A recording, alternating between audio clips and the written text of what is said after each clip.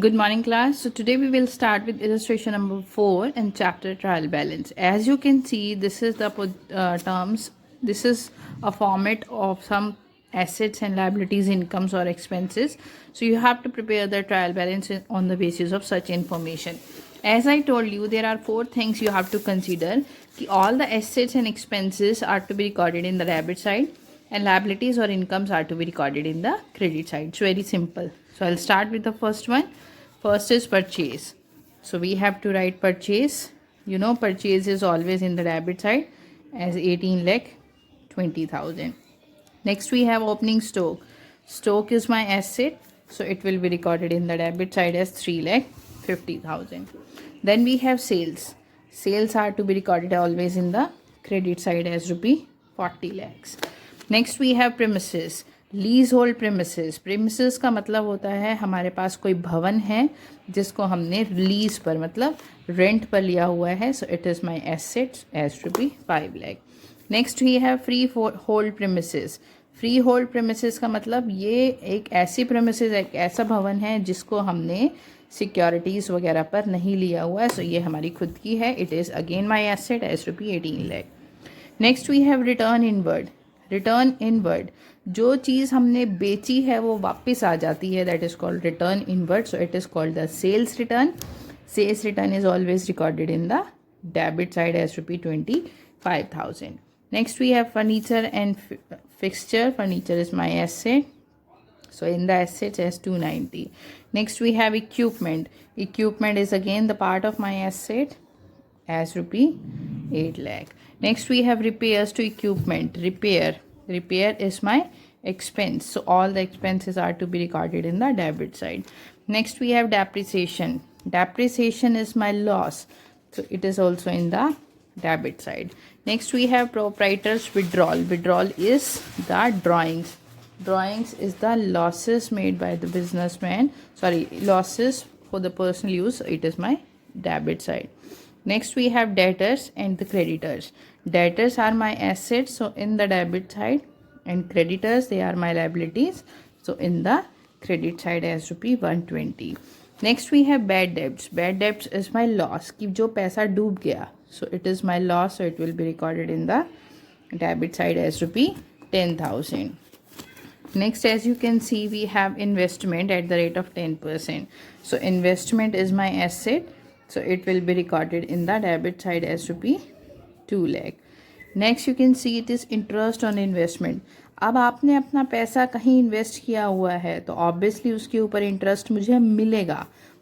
So it is my income, so it will be recorded in the credit side as 20,000. Next we have long term borrowings. Long term borrowings means आपने long time period के लिए कहीं से loan लिया हुआ है. So loan लिया है, it is the part of my liability. Next we have loan from the bank. This is also the another form of loan. You had taken a loan from the bank, so this is also the part of your liability, so in the credit side. Next we have interest on loan. Now अगर आप bank से loan लेते हो तो it's your responsibility to pay interest to bank on that loan. So it is my expense, it will be recorded in the debit side. Next we have petty cash account. This is for the petty cashier, so it will be recorded in the debit side as my petty cash. Next we have balance at bank. Bank balance, it is my asset, so it will be recorded in the debit side as 34,600. Now one more thing is mentioned here. Stock on 31st of March. As 31st of March it is 460.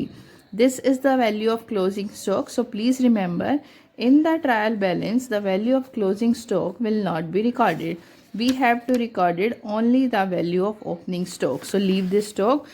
As you can see, यहाँ पर आपको कहीं पर भी stock नहीं दिया हुआ. Next what you have to do, you have to total both the sides at debit and the credit one. In this question there is some difference between the debit and the credit. The debit total is more as compare to the credit total. So the credit total, as you know, हमने जब journal किया था उसमें opening entry की थी. If the total of credit is less then we have to find out a balancing figure known as the capital. So here we have the balancing figure 8,75,000 as the capital. After this our trial balance total is equal. So we have to find out the balancing figure by writing capital, because in these terms the word capital is not mentioned, and you know it is compulsory for a businessman to show the amount of capital. So we have to record the amount of capital as the balancing figure. Okay, look at one more illustration number 6. अब इसको मैं आपको direct बताती हूँ. The following trial balance has been prepared by an inexperienced accountant. You have to redraft. This is the trial balance. This is not correct. कुछ term जो debit में होनी चाहिए वो क्रेडिट में डाली हुई हैं, जो क्रेडिट वाली हैं वो डेबिट में. आपको इसको करेक्ट करना है, और जो टर्म्स सही है उसमें कोई प्रॉब्लम नहीं है. Like start with the first one, cash. This is my asset, so it is correct in the debit side. Then we have machinery. This is also correct in the debit side. Then we have purchase. This is also correct. Next debtors asset होते हैं, ये भी debit में correct. Carriage inward is correct because carriage is my expense. Next we have carriage outward as ₹700. It is to be recorded here in the credit side. This is wrong. Carriage चाहे inward हो या outward हो, both are my expenses. So both are to be recorded in the debit side. So you have to record this in the debit side as ₹700. Next we have wages, rent and taxes. So wages and rent and taxes both are my expenses. They are correct, recorded in the debit side. Next we have creditor. They are correct also, because creditor is my liability. It will be recorded in the credit side. This is correct. Next we have discount allowed. Discount अगर आप देते हो, allow करते हो, it is to be recorded in the debit side, because discount allowed is your expense. So it will be recorded in the debit side, not in the credit side. So इसको correct करेंगे, हम इसको debit में लिखेंगे. Next we have return outward. Return outward मतलब जो हमने खरीदा था उसको रिटर्न किया है. It is called the purchase return. You know purchase return is to be recorded in the credit side. So it is wrong. 2400 को आपको क्रेडिट साइड में लिखना है. और नेक्स्ट रिटर्न इनवर्ड है, it is sales return. This is ये credit में लिखी है, so it will be recorded in the debit side. So 2400 आएगा क्रेडिट में और 9600 आएगा डेबिट में. Next we have the capital. You know capital is a part of my liability. So liabilities are to be recorded where? Yes, in the credit side. So this is wrong. इसको debit में लिखा है, इसको हम credit में करेंगे. Next we have drawings. Drawings is the loss for a businessman. So it will be recorded in the debit. इसको गलत लिखा हुआ है तो इसको हम रिकॉर्ड करेंगे डेबिट साइड में. Next we have bank loan. Bank loan is my liability. So this is wrong. We have to record this in the credit side. Next we have interest on loan. This is correct क्योंकि हम loan के ऊपर interest पे करेंगे. Next we have the value of opening stock. Stock is my asset, so this is also wrong. It will be recorded in the debit side. Next we have sales. This is correct. Next we have discount received. Obviously it is received, so this is wrong here. We have to record this in the credit side because discount received is my income. So that's all about this. In the last you have to total it. After recorrecting it, the total is 1,89,700. Now illustration number 7. Leave this illustration. This is not for you. Before that we have to sort out the journal. So sorry, ledgers. किसी student ने मुझसे पूछा था कि ma'am आप ledgers का chapter नहीं करवाओगे. या I will do this chapter later on when the school will reopen, because in this ledger only one question is there. In that you have to know how we have to, मतलब उसमें मुझे basically आपको यही बताना है सिर्फ कि ledgers account कैसे बनाने हैं, तो वो मैं आपको बाद में करवाऊंगी. That is a very simple and easy chapter. So leave the illustration number 7 for now. Next topic we have in this chapter, the types of error. This is a theoretical topic. This is the important topic in this chapter. You cannot leave this one. You have to read this. It is very important. So firstly, the types of errors.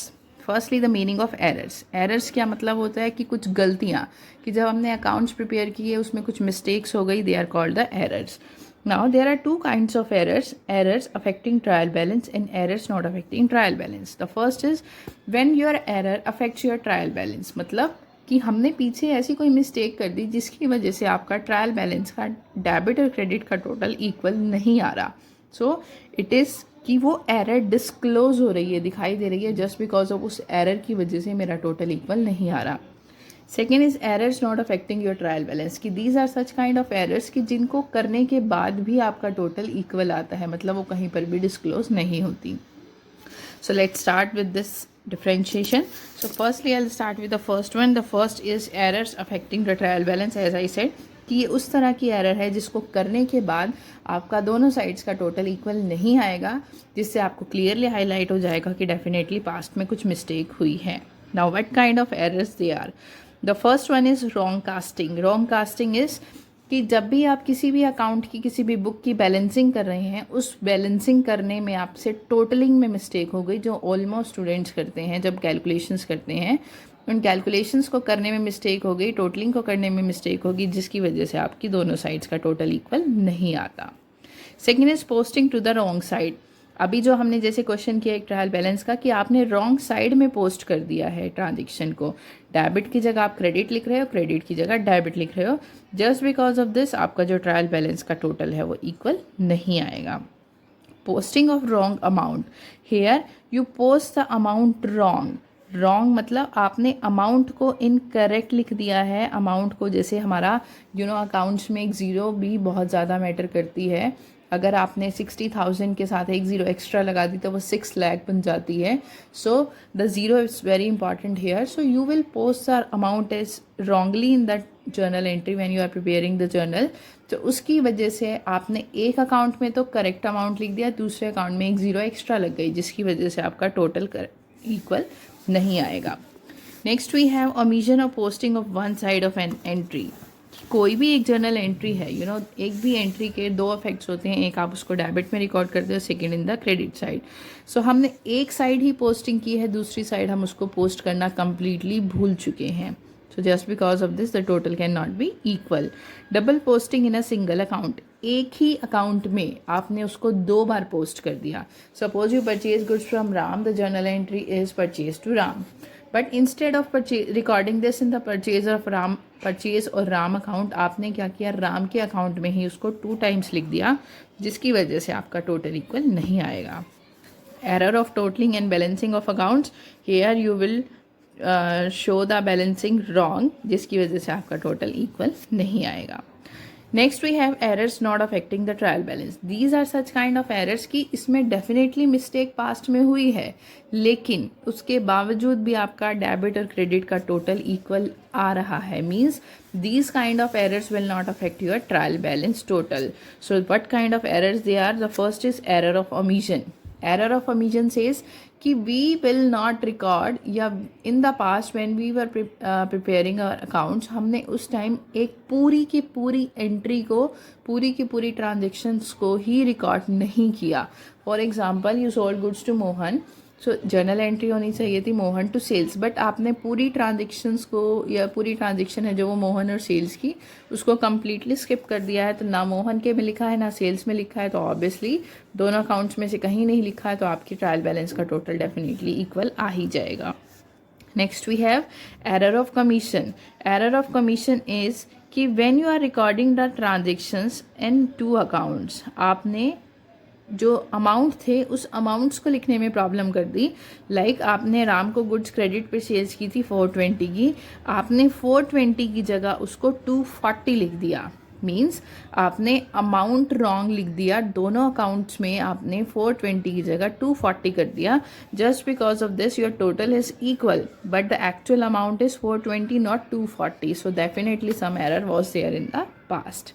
Next we have compensating errors. From the name it is clear, compensating की एक error अगर दूसरी error को cover up कर रही है, मतलब एक गलती दूसरी की गलती को कवर अप कर रही है, उसको ढक रही है, that error is called as the compensating errors.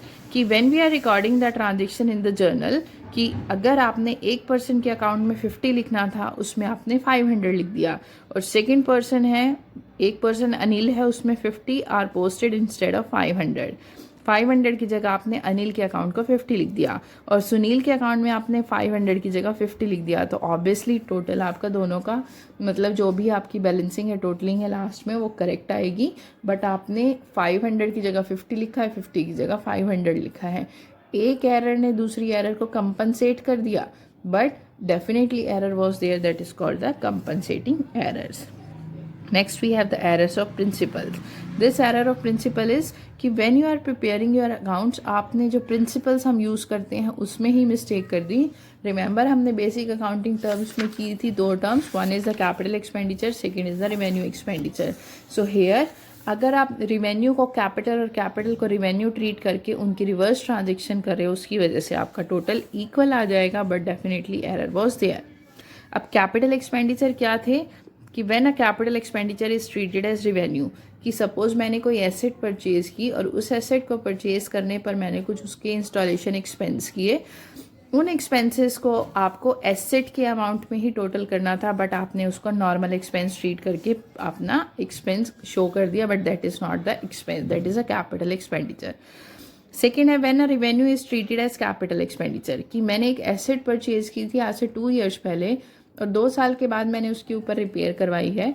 आपने 2 साल के बाद जो रिपेयर है वो मेरा रेवेन्यू एक्सपेंस है, बट आप ये कंसीडर कर रहे हो कि मैंने उस एसेट के ऊपर करवाई है, तो वो एसेट का ही एक्सपेंस है। So here the amount of revenue is treated as capital expenditure. So just because of this principle, the total is equal, but definitely some error was there in the past. The last one is error of posting in wrong account. Wrong account मतलब आपने मोहन की जगह राम के account में show कर दिया, जिसकी वजह से आपका टोटल तो इक्वल आ जाएगा, बट डेफिनेटली आपने राम और मोहन के अकाउंट को रिवर्स कर दिया. Next topic we have in this suspense account. Now what do mean by suspense account? Suspense का मतलब क्या होता है? डाउट. डाउट मीन्स जब आपका ट्रायल बैलेंस का टोटल इक्वल नहीं आ रहा just because of any error जो हमने अभी पीछे डिस्कस की है, तो हम क्या करते हैं, ट्रायल बैलेंस के टोटल को बराबर करने के लिए we are opening one account. That account is called the suspense account. Suspense means we don't know कि किस तरह की एरर हुई है पास्ट में, कौन सी एरर हुई है, तो उसके लिए हम एक सस्पेंस अकाउंट क्रिएट करते हैं और जितना भी डेबिट होता है, जितना भी डिफरेंस होता है उस सस्पेंस अकाउंट में डाल दिया जाता है.